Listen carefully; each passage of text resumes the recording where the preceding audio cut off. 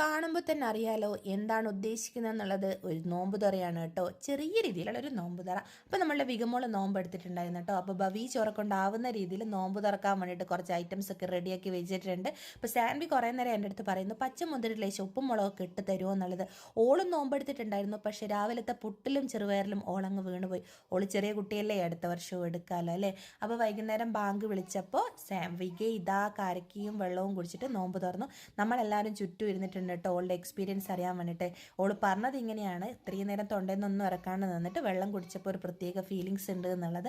അപ്പോൾ നോമ്പ് നമ്മൾ എടുത്തിട്ടുണ്ടായിരുന്നു, പക്ഷേ എനിക്ക് മൈഗ്രെയിൻ്റെ പ്രശ്നമൊക്കെ ഉള്ളത് കൊണ്ട് വൈകുന്നേരം ആകുമ്പോഴത്തേക്ക് ഇത്തിരി അങ്ങോട്ട് ബുദ്ധിമുട്ടാവും. അതുകൊണ്ടാണ് കേട്ടോ, ഇനിയുള്ള വർഷങ്ങളിൽ എടുക്കാൻ പറ്റുമെങ്കിൽ എടുക്കണം.